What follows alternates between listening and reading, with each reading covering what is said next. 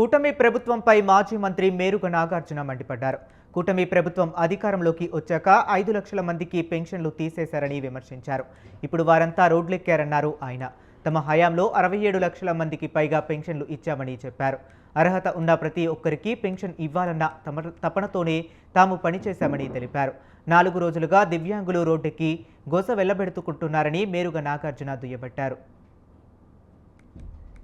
రాష్ట్రంలో విధి వంచితులైనటువంటి దివ్యాంగులను కూడా కూటమి ప్రభుత్వం వదిలిపెట్టల్లా. ఒకప్పుడు అర్హతే ప్రామాణికంగా జగన్మోహన్ రెడ్డి గారు ముఖ్యమంత్రిగా ఉన్నప్పుడు లక్షల మందికి దివ్యాంగులకైతేనేమి, వృద్ధులకైతేనేమి, వికలాంగులకైతేనేమి, వితంతువులకైతేనేమి పెన్షన్ అనేది జారీ చేసి వాళ్ళ కుటుంబాల్లో ఒక ధైర్యాన్ని, ఒక భరోసాను. అయితే ఈ కూటమి ప్రభుత్వం వచ్చినాక జగన్మోహన్ రెడ్డి గారు అమలు చేసినటువంటి గొప్ప గొప్ప కార్యక్రమాలలో అతి ముఖ్యమైనటువంటి ఈ పెన్షన్ కార్యక్రమాన్ని చల్లగా నల్లిఫై చేయాలని, దరిదాపు 5 లక్షల పైగా పెన్షన్లు తీసివేయాలని ఒక కుట్రతోనే ఈ కార్యక్రమం జరుగుతూ ఉంది. పెద్ద నాటకం ఏంటంటే, మేము చనిపోయిన వాళ్ళే తీస్తున్నాం, వైసీపీ అనవసరంగా రాద్ధాంతం చేస్తుంది అని కూటమి ప్రభుత్వంలో నాయకులు చెప్తా ఉన్నా. నేను అడుగుతా ఉన్నా, ఒక్కసారి కళ్ళు లేని కబోజుల్లాగా ఉండదు. రాష్ట్రం యావత్తు ఈ రోజు వికలాంగులు, దివ్యాంగులు రోడ్ల మీదకి వచ్చే హర్తనాదాలు మీకు వినిపిస్తలేదా అని అడుగుతా ఉన్నా. వారు మా పరిస్థితి ఏంటి, మాకు సర్టిఫికేట్ ఉంది, మాకు ఇదివరకు సర్టిఫికేట్ వచ్చింది, ఆ సర్టిఫికేట్తో మేము